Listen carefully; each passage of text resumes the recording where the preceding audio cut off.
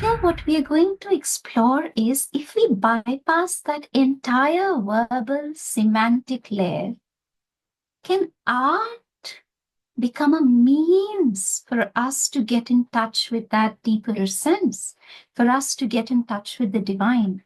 Can art do what the words, the most complex words and the most complex theories find it difficult to do? Sri Aurobindo says music, art and poetry are a perfect education for the soul, as art helps us discover the deepest part of who we truly are. It slowly then begins to open and percolate in the other parts of being as well.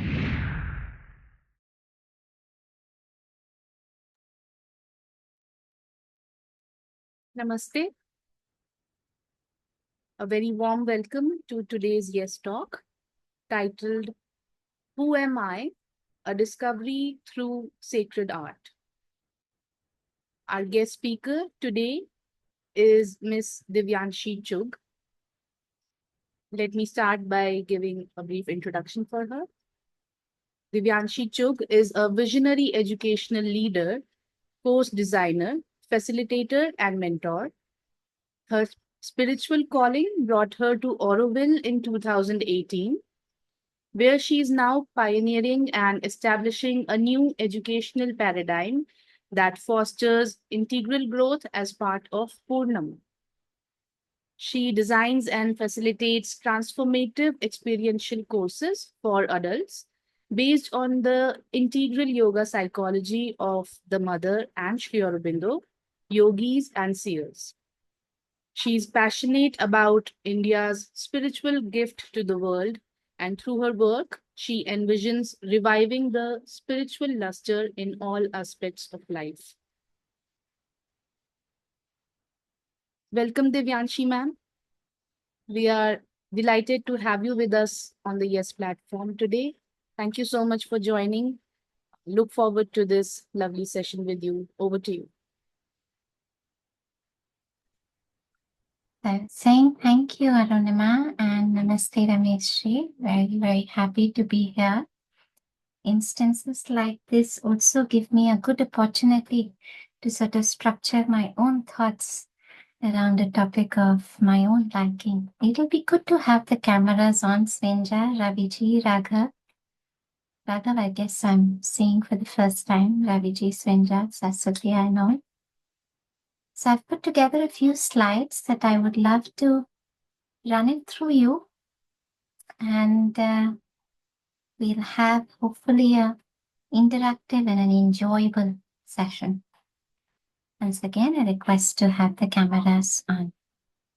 As I begin sharing my screen, can you all see my screen? Give me a thumbs up if you can see my screen. You can see my screen, no? Yes. Okay. Super. So tell me over chat, what brought you here? Before, I go ahead with my own thought process, who am I, an inquiry through art? There's a reason why it's a Saturday evening that you could be doing so many different things, including spending time with your family on the weekend. But you chose to sacrifice all of that and come here to attend a talk. So what brought you here? If you could share over chat, that would really help.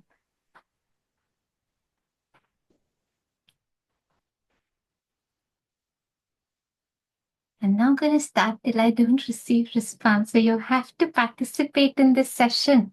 It can't be a passive session. You have to tell me what brought you here. Why this particular topic appealed to you. Okay, it's the Yes platform that you're connected with. But why did you come for a session on discovery of self through art? There must be something that called you to the topic. What called you to the topic?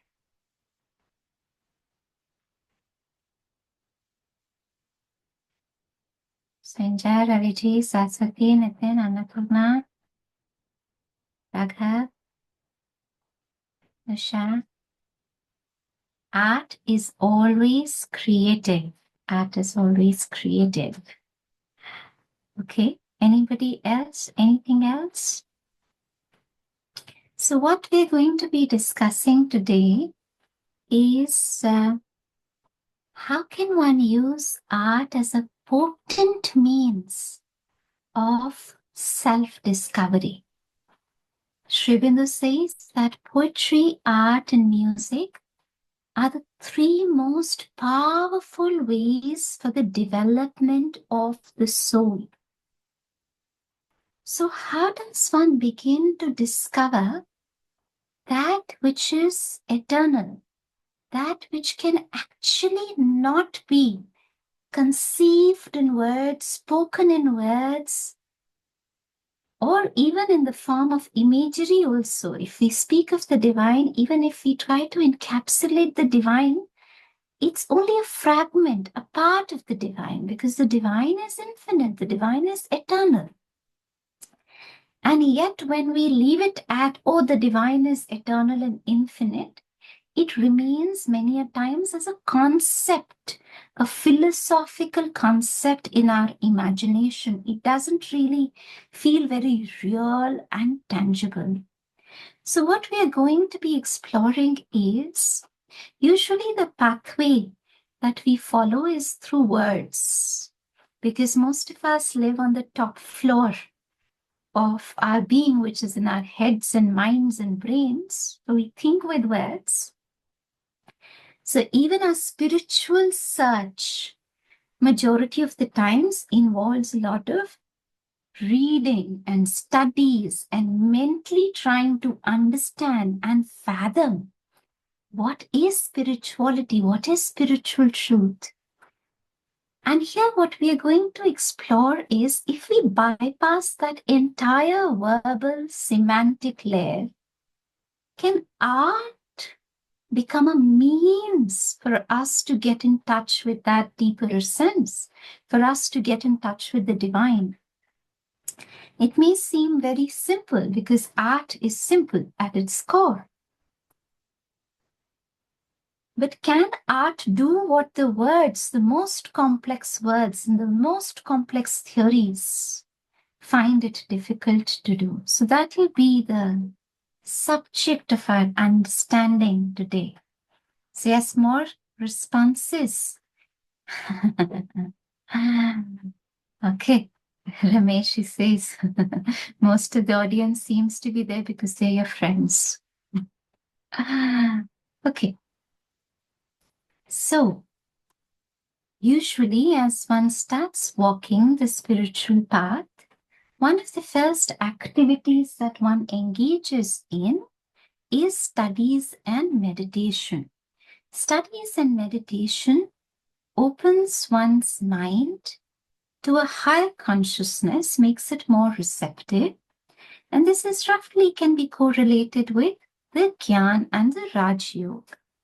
And then we have, as a seeker starts to walk the path, one of the first experiences that people begin to have is that of healing. One begins to heal. Now, healing by itself is not necessarily a yoga, but it's a preparation for bhakti yoga. It's like a heart which is constricted, cannot really open itself to the vibration of the divine love. So healing prepares oneself for bhakti yoga. The other activity people who start walking the spiritual path, they do, is that of prayer. Now, prayer, if it is done rightly with the right intention, it truly sets one on the path of bhakti yoga, where you unite with the divine by forming a relationship with the divine. Whether that be of the divine as one's child, or the divine as one's friend, or the divine as one's beloved, or the divine as one's father, or the divine as one's mother. But one begins to have a real, tangible, living relationship with the divine. That is what prayers, mantras, chanting, japa, kirtan is intended for. The next activity that one opens oneself or uses in order to progress is the activity of work as selfless service. That roughly corresponds to Karma Yoga. And then the most common one that we see today is that of Hatha Yoga. So, my question to you all is, where does art come in all of this? Any guesses? We had studies, meditation, prayers. We had Hatha Yoga. We had work as yoga. Yes, Vani says, who's an artist herself, it comes all the way. It comes all the way. And at the same time, it hits right at the center of our being. Right at the center of our being, which is the home of delight, love, and beauty. Right at the center of our being, behind the heart, not the heart in itself, but behind the heart is the seat of the psychic being. Now, what is the psychic being? Psychic being is one of the most beautiful concepts in integral yoga, but also like it is who we truly are, you know? So across the Eastern cultures, it is very well known that the divine sits in the heart. You know, like the Upanishad says, that it's the size of the thumb and seated behind our hearts. And this part of our being is at once eternal and evolving, which sounds like such a contrast. Because how can something which is eternal evolve in time and space? Usually, when we visualize something evolving, we experience it in the worldly nature. And when we visualize something eternal, it is in the realms beyond. So this is one part of being which is really the bridge between the matter and the spirit, because it is at once eternal and yet evolving. It is who we truly are.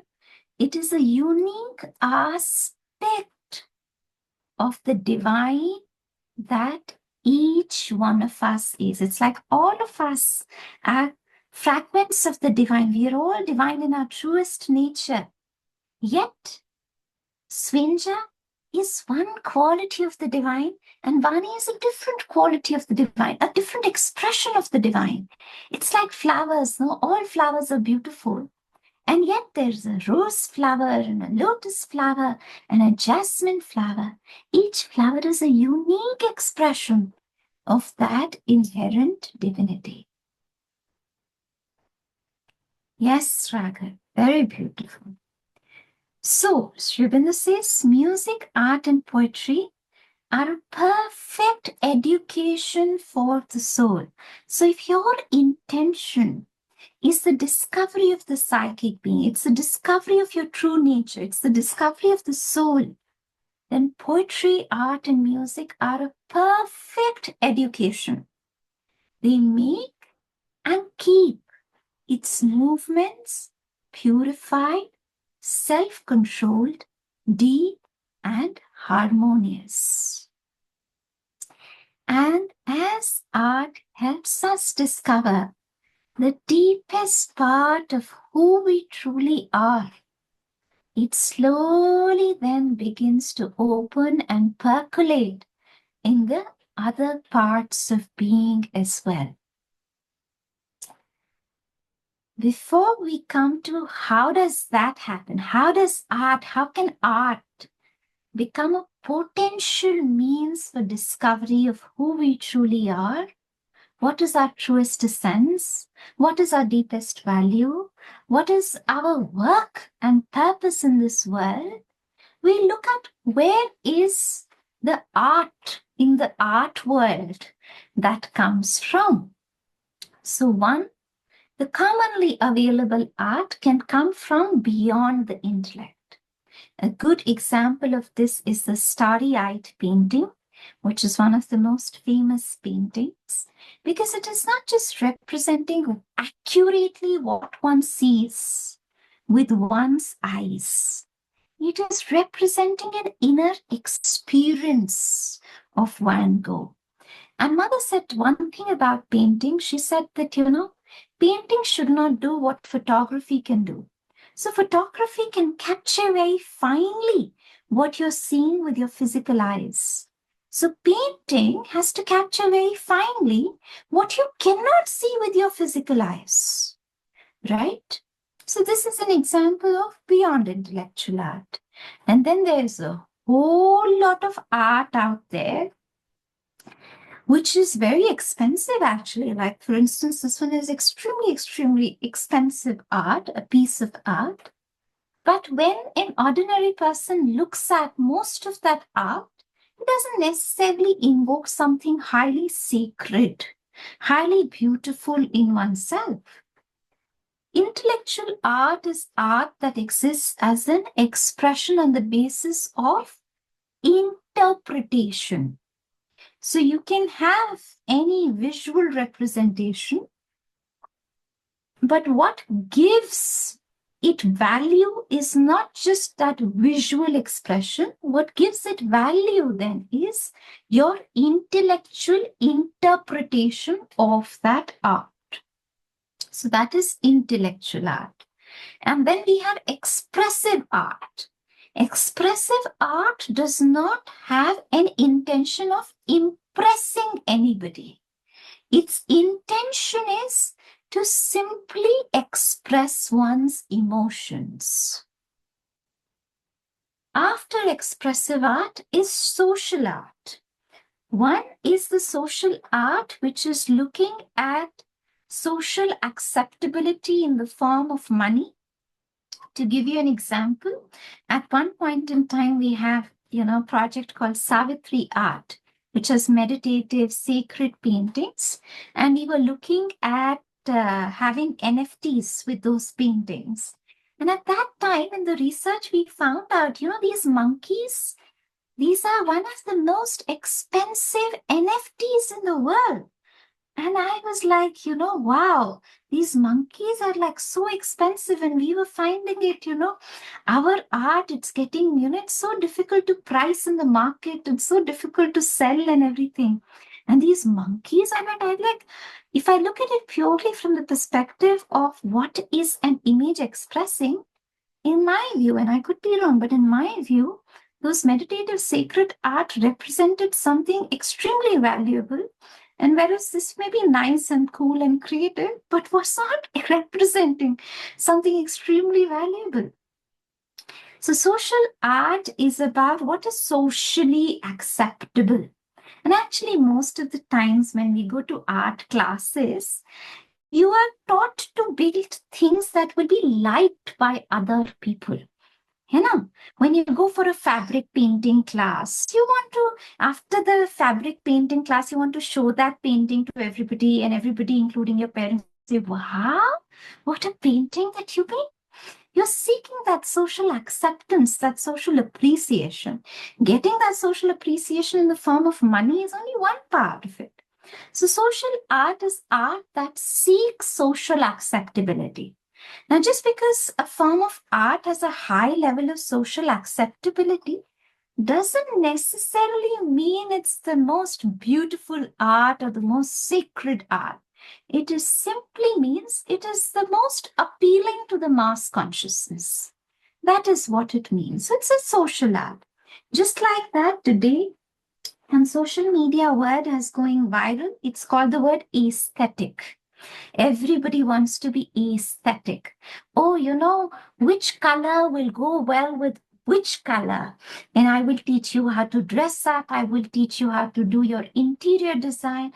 I will teach you how to be aesthetic. Now, aesthetic is certainly a development of a certain faculty. Most certainly, it's a development of a faculty, which is important aspect of an integral human development. But just because something is aesthetic need not necessarily make it sacred. And then we have the physical art. Physical art is somewhat like craft. It's about repetition. It is about perfectly doing the details, like how one does it in origami, in a lot of folk art pieces, in Madhubani, where the patterns are sort of set, like in Mehendi, when one puts henna on one's hand, right? The patterns are set, and you bring in those patterns together through repetition in order to create beauty. Now, in all of this, then we have what is called as a sacred art. Now, usually, with what is out there in the form of sacred art, has a certain form. And usually, if you notice, if you're going to be studying, say, Shilpa Shastra, or if you're going to be studying sacred geometry, any kind of sacred art, or if you're going to be studying Kathak or Odissi, you will notice that the teachers are very precise about the form and very meticulous about the form, very disciplined about the form, and very strict about the form. That is because one of the reasons, amongst the very many reasons, because of that strictness about how that form has to be manifested, the grit behind the beauty is not there. Very easily, humans express vitality through art and beauty. So, to really express the soul through art and beauty, it requires a certain restraint in the ordinary way of pursuing it, right? And in order to have that restraint, it's important to really teach the thing in a step-by-step manner. Now, for instance, if you and I, we are not artists, and even if, let us say, we are artists, but we want to really learn the creation of sacred art, not as a form, but as a source. What do I mean by that? Now, Kathak is being taught, or Odissi is being taught, as a form of sacred dance. But you have to go back to, ages before. How was this? What was the consciousness from which the dance was constructed? What was the consciousness through which sacred geometry was birthed? What was the consciousness through which Shilpa Shastra was created? Because Mother says that we need to give contemporary forms to the original consciousness. So, the modern day world asks us to create new forms, but the consciousness has to be the same. So what if, one does not know the form, one does not know Shilpa Shastra, one does not know a form of, let us say, an Odissi or a Kathak? How does one begin to receive the right consciousness within oneself that can create a new form? So that is an interesting investigation, and that has to be a very concentrated investigation, because if the knowledge of the form of the sacred is not there, usually it is a burst of colors and burst of vitality and burst of energy. And this can be happy and vibrant energy, or this can be sad and disillusion, or ambitious energy. It can be energy in any form. But if one has to go to conscious energy which is beyond the ordinary emotion, one has to tap in oneself into the sacred in oneself. And yes, usually what we have at our disposal is a highly detailed learning of the art form that creates sacred art. But what if we want to create it from the very source? And that is where the example of Huda comes in Sri Aurobindo ashram. Mother had access to the finest of the artists, and she chose Huda to paint Savitri, Sri Aurobindo's magnum opus. And Huda, interestingly, was not a trained painter. Now, one may wonder, imagine you're running an organization and you have a whole lot of people who are experts in a particular domain, and you choose somebody who's a non-expert in that domain to lead that field. You will only do that when you see something in that person. And that's something that the mother saw in Huda, was she was receptive to the new consciousness. Now, this is important to understand. New consciousness requires new forms. But who will discover these new forms, and how will we know this new form is the right form? Is it sacred? Is it not sacred? If I follow everything rightly, I will create the sacred form of the Sri Yantra, because the detailed explanation is given to me. But if I have to create a sacred form from within, who is to say whether this is sacred or it is representing ordinary human consciousness? How does one know? How does one discover? And how does one open oneself to the divine Shakti that can teach one? That can teach one how to create a new form. I'll give you an example. Sri Aurobindo did not study philosophy, but he's written The Life Divine, one of the foremost books on philosophy. Even if one forgets about Sri Aurobindo as the avatar, the seer, purely as a philosopher, if one assesses him, just purely, not, forget for some time that he's a rishi, and even if one purely assesses him as a poet or as a philosopher, how did he write that kind of philosophy? How did he write that kind of poetry without studying it? And he explains it and he says it. It is the power of the Yoga Shakti that taught me. So there is a power within that will teach you how to create that new form. So that is the exploration.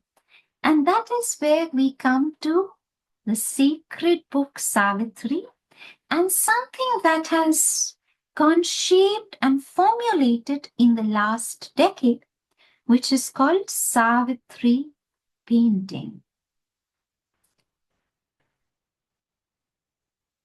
Savitri painting, explained in very, very simple words, is first of all, Savitri, like the mother says, is the mantra for transformation of the world. It's a very potent, real consciousness. Just like anybody, any one of us who's read the works of Sri Aurobindo and the mother, just by reading their works, slowly and steadily our consciousness begins to shift and change, because we begin to dive, or we rather begin to open and become receptive to the consciousness of Sri Aurobindo. So it's a spiritual book which is very potent in conscious force. And Mother says that not just Sri Aurobindo's Savitri, any book which is potent in spiritual force, you can receive that consciousness through the book. You can receive the force through that book simply by concentrating and meditating on that book. One simple method that she prescribes is, let us say you're facing any dilemma in life. You concentrate on the book, and with all your sincerity and all your concentration and your entire being's aspiration, you meditate on it, use a knife, and open the book. If you're really sincere and connecting to the force of the book, you will realize that the book will really answer you. This is what we today call as the sortilege. But this is not true for any book. I mean, you can't pick up a Femina Miss India and be like, this book should give me answers to all my problems in life. No, it has to be a book of a certain spiritual force. So we have Savitri. And on the other hand, we have painting. Now, why does Sri Aurobindo says poetry, art, and music are the three most perfect means for education of the soul? What poetry does is it heightens the emotions. What art is doing is it is stilling the emotions. And what music does is it deepens the emotions. So Sri Aurobindo says poetry heightens the emotions, music deepens the emotion, and art stills the emotion. Now, the stilling of the emotion is very, very important, because what we are trying to do in a painting is you're trying to capture a moment of eternity on paper. So, like, the way you can do it in poetry, in every single line, you can express a different emotion. With painting, you have to stay with the same emotion and deepen inside it. So yeah, you get really like formed in the image of that emotion. Now, if the source of that emotion is a sacred connection with the divine, if the source of that emotion is a sacred connection with the divine, poetry will heighten your connection with the divine, music will deepen your connection with the divine, painting will freeze it, solidify it, still it. So that's what we attempt to do with Savitri painting. In Savitri painting, we meditate on Savitri and we use poetry in the form of Sri Aurobindo's Savitri, music in the form of Mother's organ music, art in the form of watercolor painting, in order to really deepen our connection with the divine. And in the beginning, we are like kindergarten children who are just playing with colors and basking in the colored radiances and enjoying the purple color, enjoying the pink color, enjoying the blue color, enjoying the flowers all around ourselves, enjoying the colors of the vegetables, enjoying the colors that exist in our house. And then slowly and steadily, the process really deepens. So what happens in this process? The first thing that happens in this process is people begin to discover a color will repeat throughout their paintings. A color that they are getting attracted to, a color that is calling you. A color that is really calling you to immerse yourself into its vibration. Now, colors. Each color is a symbolic representation of a deeper truth and consciousness, or a movement in consciousness. To give you an example, if you're getting attracted to the color very pale light pink, then that's a certain indication of getting attracted to love, divine love, pure love, love for the divine, and the divine's love for you.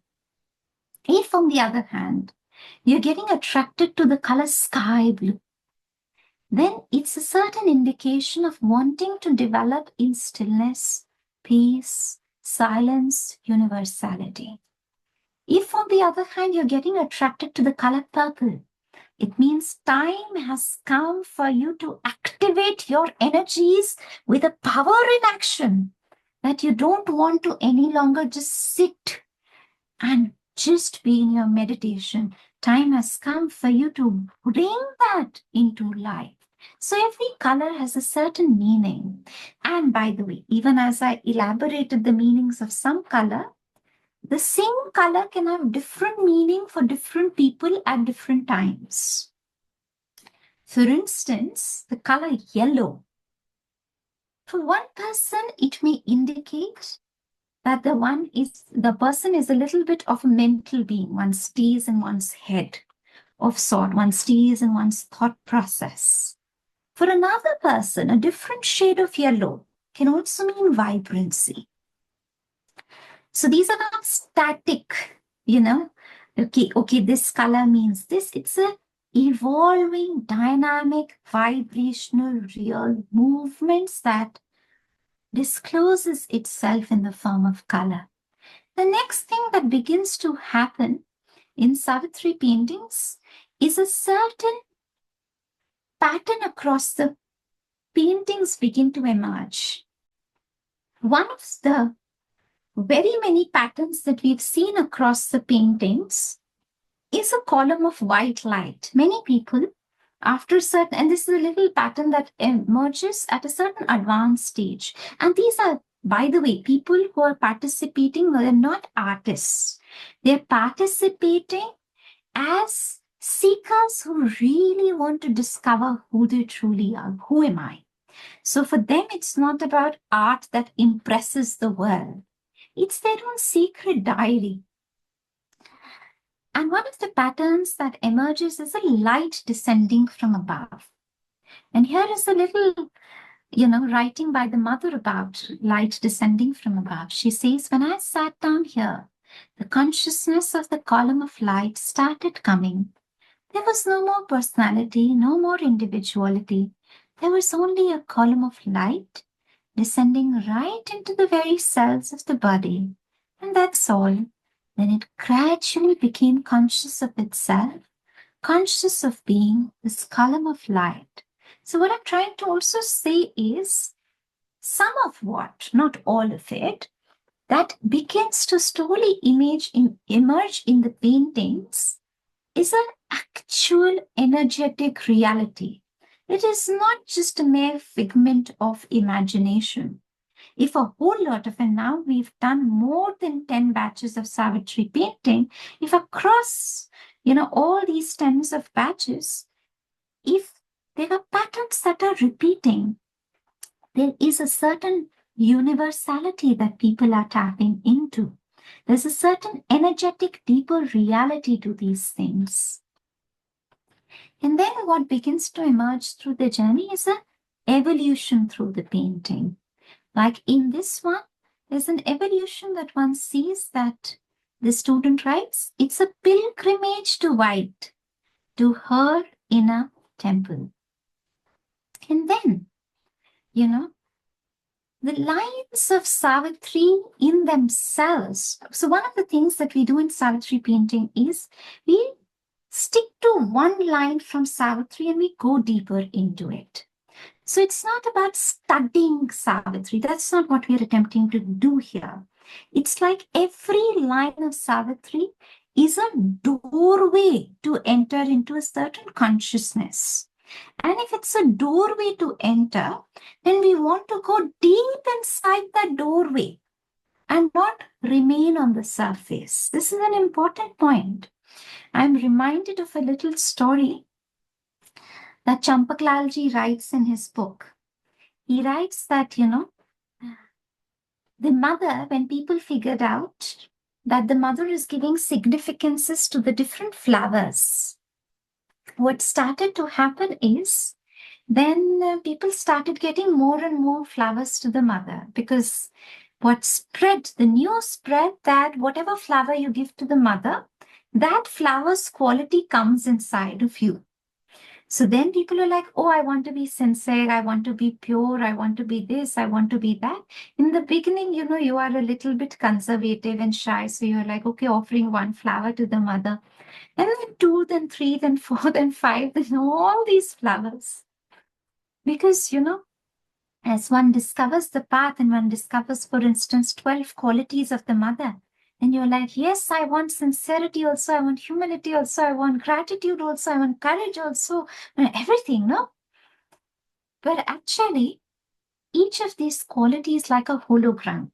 Each of the lines of Savitri is like a hologram, which means when you go deep inside one, if you really manage to go very deep inside one, very, very deep inside one, you will know the crux or the essence of all the other lines. If you go deep inside one soul quality, you will begin to embody all the others. So this is one of the principles that we use in Savitri painting. Comes also from the principle of concentration that Sri Aurobindo really talks about in his book Synthesis of Yoga as the foundation of tapasya, as the foundation of yoga, to really stay with something and to keep going deeper and deeper and deeper and deeper and deeper. And then slowly it will begin to reveal itself. Of course, a painting is a static truth in this material world, and in that sense, it can never manifest that which is beyond. But at the same time, with the richness and the colored radiances and the power of symbols and forms, it has a power to express something which otherwise would be very difficult to express. So slowly, many people who go through it begin to find, who am I? And then some people also begin to find their work in the world through Savitri painting. Though not like literally, it takes time. It takes time to really, for something to reverberate in oneself and to express it in life. For instance, one of the courses that I built is called the Anahata meditation with Manoj. And actually, the birth of that meditation was through Savitri paintings. Before I built the course or before that idea came, already in the paintings, it was beginning to come that we need something that leads people very energetically to paintings like this, to inner spaces that look like this. These three paintings had sort of come about. How do we energetically take people to inner spaces like this? And this was a quest that later on took form and shape of Anahata. So in that sense, Savitri painting is like, you feel you are painting Savitri, but really it is Savitri painting you and revealing to you what you're meant to do, who you are, and in fact, even what is the next step of your life. Now, what is the principle behind what happens in Savitri painting? The principle is actually, and this is a certain line from Sri Aurobindo's booklet, The Mother, there are two powers that alone can effect in their conjunction the great and difficult thing which is the aim of our endeavor, a fixed and unfailing aspiration that calls from below, and a supreme grace from above that answers. Because the entire part of Savitri painting is about you have an aspiration in your heart, you concentrate on Savitri, you receive certain lines from Savitri, and then you concentrate on those lines for weeks altogether and go deeper into those lines with all your sincerity.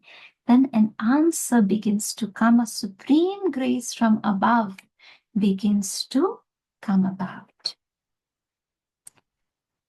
And that is only possible because of the power of concentration. Like Sri Aurobindo says, by concentration of our whole being on one status of itself, we can become whatever we choose. We can become, for instance, even if we were before a mass of weaknesses and fears, a mass instead of strength and courage, or we can become all a great purity, holiness, and peace, or a single universal soul of love. And then another magic that begins to emerge with it is, first, art is, what you're doing it on paper with colors and paintings, but slowly everything becomes an art. Even something as boring as accounting can be an art. And that is why, on one hand, Sri Aurobindo says all life is yoga, right? All life. Accounting yoga, interior design can be yoga, relationships can be a pursuit of yoga, all of life, collectively, individually, internally, outwardly, can be a pursuit of yoga. And if art is an aspiration to express beauty, perfection, or love in life, and in that sense, yoga and art are one. Because true art does not seek to just impress or create something beautiful for the eyes. True art is a seeking to express the divine delight, the divine love as beauty in the world. So any true mathematician will tell you that there is immense beauty in numbers. Anybody who's genuinely tapping into the chanda, into the rhythm of accounts, will tell you it is not just a mechanical thing. Mother herself talked about what a delight that she used to feel when the numbers will match. So even something technical, mechanically, when it is approached with an intention of yoga, it can become a expression of art. With that, I express my gratefulness to Sri Aurobindo and the mother for giving the gift of Savitri, because Savitri painting is nothing. I mean, I can say that, Savitri painting took 7 years to be developed and so on and so forth, these many batches, etc. But all of that is because Sri Aurobindo has given us the potent book, Savitri. And like Mother says, the book really is the experiences of the mother written by Sri Aurobindo. So because Mother and Sri Aurobindo undertook that journey in which an entire 724-paged poem where every single line is sacred and potent and a gateway to self-discovery, that one could discover something like Savitri painting. Savitri painting is nothing but a tool to stay concentratedly with the essence of a line from Savitri using the power of colors. With that, I come to a closure of the talk and we can open the room for any questions that you may have. Once again, it will be good to have your cameras on. Thank you so much, Divyanshi ma'am, for this beautifully insightful session. We are truly grateful. Thank you, ma'am. And as you suggested, let's open the session to the participants. Participants, if you have any questions, you can send your messages in the chat box. I can read it out, or you can raise the hand and unmute yourself and speak up. Please go ahead.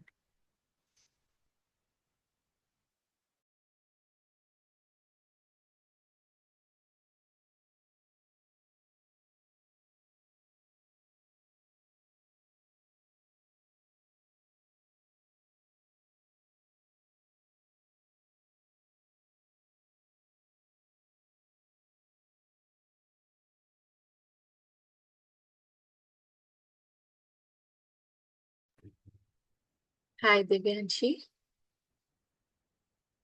Nice to see all that you said and so beautifully expressed. I joined late, so if there's something that I'm asking that you said earlier, my apologies even at the onset. You talked of a course, right, that you do. Can you share a little bit more about it? How you go about it, how people respond to it, and so on and so forth. So I can share over chat a link. Purnam.co/Savitri. We have a few offerings related to Savitri. They're all put together in this link, and one of them is Savitri painting course. So the Savitri painting course is a 12-week intense journey in which you participate as a seeker. So it's not a course that requires you to be an artist at all. In fact, it's a minority group of people very less group of people who are an artist and who participate in this course. The idea is to learn to use poetry, art, and music as means of self-discovery. We also have a shorter course of rather classes, Wednesday morning classes that we have 8 to 9 a.m., where we meditate on one line from Savitri and then we paint those lines from Savitri. The way Savitri painting course sort of goes is, one, it's quite intense in the sense that, you will have workshops every single Sunday, and then, we'll also be meeting every single Wednesday, and then every alternate day there's a task of the day. All of that has been structured essentially so that we can learn how to concentrate. For instance, if I tell you, for the next 2 weeks, you have to concentrate on the color pink. That sounds very vague. How do I concentrate on the color pink? What do I do in order to concentrate on the color pink? Right? But if I create small, little playful tasks for you to concentrate on the color pink with an intention that I want to know pink the way the color pink knows itself, then, it will become a fun and a collective exercise. Another important part of this experience is it's a collective experience, which is why we do it as a cohort once a year. We do it between the Siddhi Day, November, and Mother's birthday. And it's a 12-week program, because when you do it as a collective, imagine a group of people, all of them seekers, all are concentrating on just one line from Savitri. What a yagna, what a fire that gets created as a part of it. So collectivity is an important part of the course as well. I can probably invite Vaishnavi, she's put on her camera, to share a little bit. She's somebody who participated in the course and right now is also somebody who's helping build the course. She can share a little bit about the course and her experience. Thank you. Thank you, Divyanshi. Am I audible? Yes. I can just briefly share about my journey. I think for me, the biggest gift that I received from Savitri painting course and also the meditations that we did for almost a year is the gift of the presence. How such a simple tool, such a simple process of painting and meditating on a few lines, it really puts me in a space where I am one with the mother, where I am one with the divine within. And I feel that is one of the most biggest blessings that I received from the Savitri painting journey, because whatever is the surface, whatever is going on the surface, whatever challenge, whatever questions, whatever is going on, the moment I step back, the moment I am in touch with that presence, everything becomes harmonious. And that sense of oneness with the divine is, I feel, one of the most beautiful things that I personally received from the journey. And yes. Thank you, Vaishnavi. I'd like to also take questions not about the course. We can put the link to the course over chat. You can, there's a video and everything that illustrates that, can deepen that understanding. But anything about the presentation itself, about the topic itself that you'd like to ask or share, any insights that you had?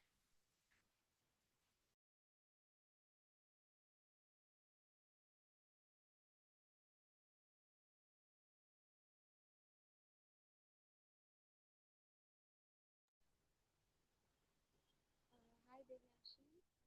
Rajeshri here. Am I audible? You have to, now you are, yes. So you said aesthetic is not sacred, like it is not the ultimate, but as an artist, I have learned that I have done painting and sculpture both, and that's the reason aesthetic was the top notch of which differentiate us from everybody else who has not learned. So could you just tell me more about it? Because Now, most certainly, I don't know if it came across like that. Most certainly, aesthetic is a part of sacred. Nothing actually is anything in the world which is done with an intention of bringing beauty, perfection in the world is a part of sacred. So there is nothing which is outside of sacred like that. Now, what I meant by that is, there are principles of design, like, for instance, balance. What causes harmony, contrast, margin, giving white space. All of that are important principles of creating aesthetic. But just because something is aesthetic does not necessarily mean it is invocative, right? So for instance, let us say I'm designing my house, right? Or let us say even if I am designing the way I look, two colors can go very well with each other, right? And I put those two colors together and they will look very appealing and beautiful to the eye, right? It doesn't necessarily, when I look at that thing, it makes me reminded of something sacred within. So sacred art, and this is one of the guidance given by the mother. When mother gave guidance for the 12 gardens in Matrimandir, somebody asked the mother, shall we label each garden? Because she's named each garden, garden of harmony, garden of peace, like that she's named.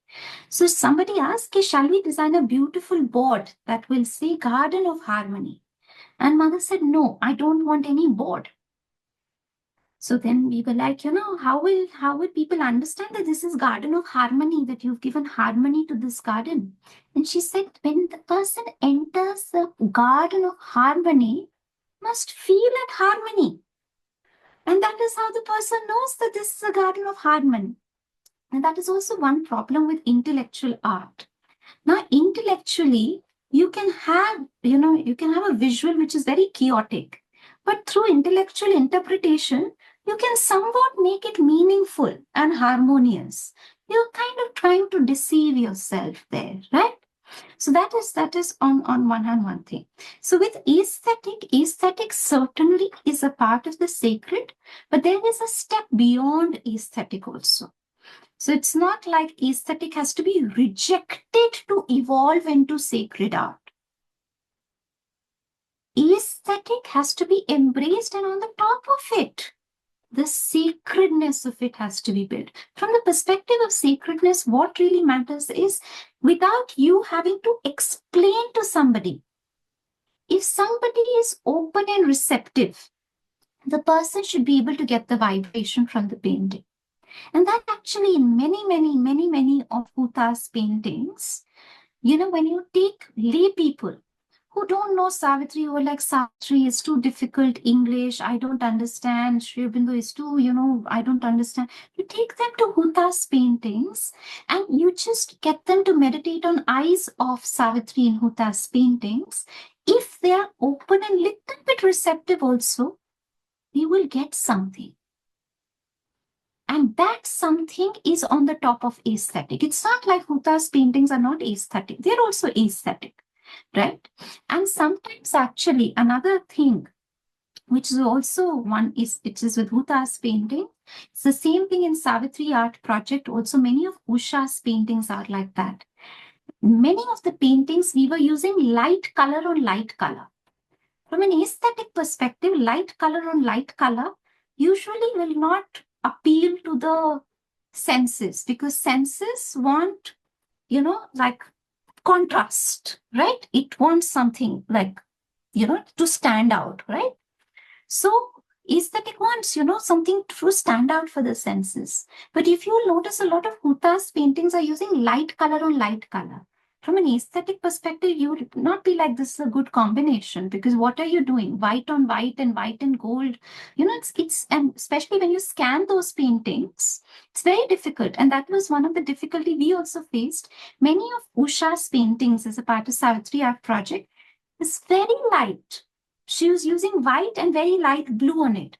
But when I looked at those paintings live, my God, they created such a profound vibration. But cut to if I have to present to you online or in a digital format, that, you are looking at vibrancy, you're looking at contrast, you're looking at all of that, and it wasn't coming, right? So sometimes even the sacred has to let go of the aesthetic element as well.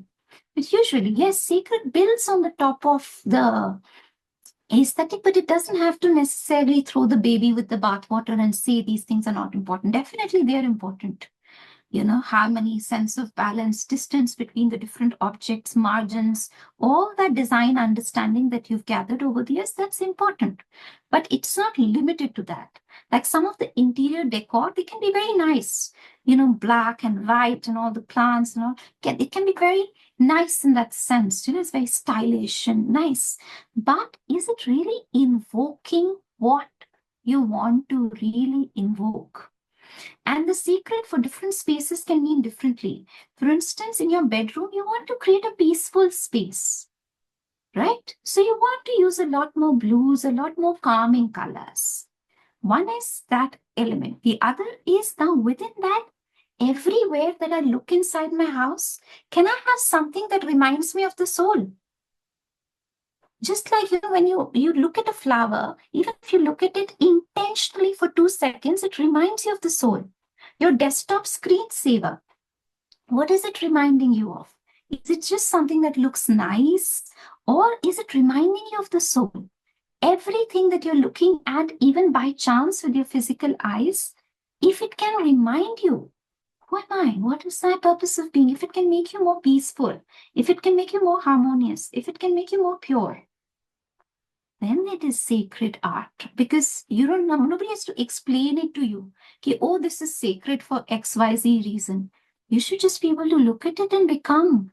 What is the intention of that idol, that figure, that sculpture, that painting, that color, that bedsheet in your house? Everything is an expression of art, and it builds on aesthetic.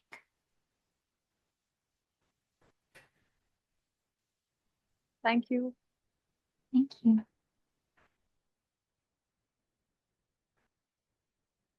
Dr. Bijlani, sir, would you like to share your thoughts, please?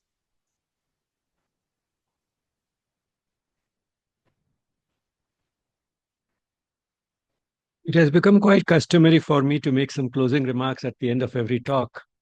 And this topic being such that I'm quite a stranger to it, I was quite prepared to say that for once, I don't really have anything to say.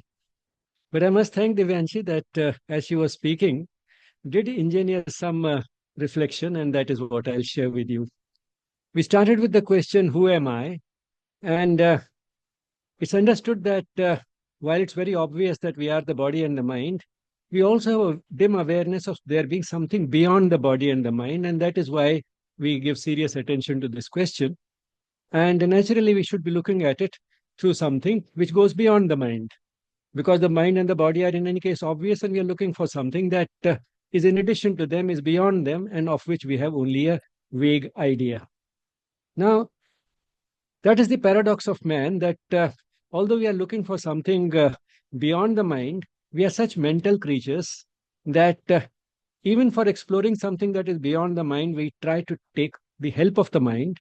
And when we have discovered something that is beyond the mind, again, we pass it through the mental filter before we express what we have observed, although it was beyond the mind and probably we did not observe it through the mind, and yet we tend to use that filter to express it. But then the mind has two aspects, feeling and thinking. Which of the two is the one that helps us go beyond the mind, and which is the one that can give an expression to what we have observed beyond the mind, if we have to use the mind as a filter both ways, because we are essentially mental creatures. So I realized that if we have to choose between the two, it is the vital, the emotional part of the being that is better equipped for that. And of course, being we are all different, we have such a wide variation amongst individuals, that for every individual to express it through the vital in the same way will not be realistic, and it's not necessary either. As the mother has said, that when the infinite has infinite variations and infinite possibilities, why should we expect that everybody will have an experience of the infinite in exactly the same way? those experiences will in themselves have an infinite variety. And therefore, when it comes to perceiving that thing which is beyond the body and the mind, uh, the better equipped part is the vital. And that is probably because the vital as well as what we are observing are both non-rational. The psychic being is non-rational, and so is the vital. And therefore, if we try to take sort of recourse to the calculating and objective intellect, that is not really well equipped for it. And then when it comes to expression of what we have observed, uh, it is the vital, when touched by the psychic, that can express itself through art and music and all other creative forms. And therefore, these are the expressions of what has been observed at that level, which transcends the ordinary perception of ourselves as who we are, the body and the mind. And so ultimately, what it boils down to is that while it is possible to produce art and music which are intellectual in their approach, the really best of art comes from some level which goes beyond the body and the mind. And that is what Sri Aurobindo has talked about while talking about the sources of poetry. The best of poetry, in fact, I mean, he could tell us what is the source of this poem. Was it just an mental effort, a sort of a strained effort to try and achieve some sort of a rhyming effect at the end of every line? Or was it coming from the highest reaches of the mind? Or was it coming from something higher than the mind? He could make out that, for example, overmind poetry. Or when he himself talked about Savitri, that every time he revised it, it was not because he was trying to be more strict about the rules of English poetry, but it was because he was trying to give an expression to a still higher level of consciousness. And that is what necessitated those revisions. So I think what it actually boils down to is that all these expressions, such as poetry, art, and music, are the expressions that are far better equipped, provided the source is coming from something that transcends the mind. These mediums are much better equipped to express something that goes beyond the mind. And that is, so these are some of the reflections that Divyanshi's talk engineered, and I'm happy to share them. Thank you, Divyanshi, and we hope to have you again and again. And I'm sure Manoj Pavitran's talk that we have coming very soon will further complement this, because you both work together, and you have been doing such wonderful work in the Purnam community. And although I'm not able to attend so many of your programs, from whatever glimpses I find that you're doing wonderful work trying to reach the young people who are becoming more and more receptive to spiritual wisdom, and to take spiritual wisdom as given to us by Sri Aurobindo and the Mother is something that you in the Purnam community are doing a wonderful job of. So thank you once again, and hope to have you again and again, Divyanshi.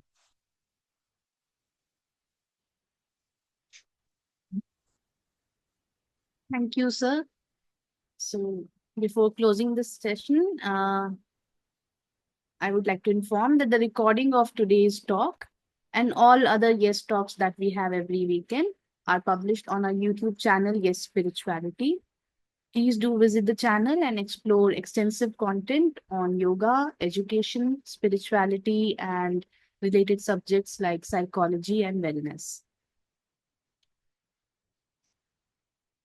Divyanshi ma'am, thank you so much once again for sparing your valuable time for all of us. And participants, we thank you as well for being with us today. We'll close today's session now with a moment of peaceful silence. Namaste.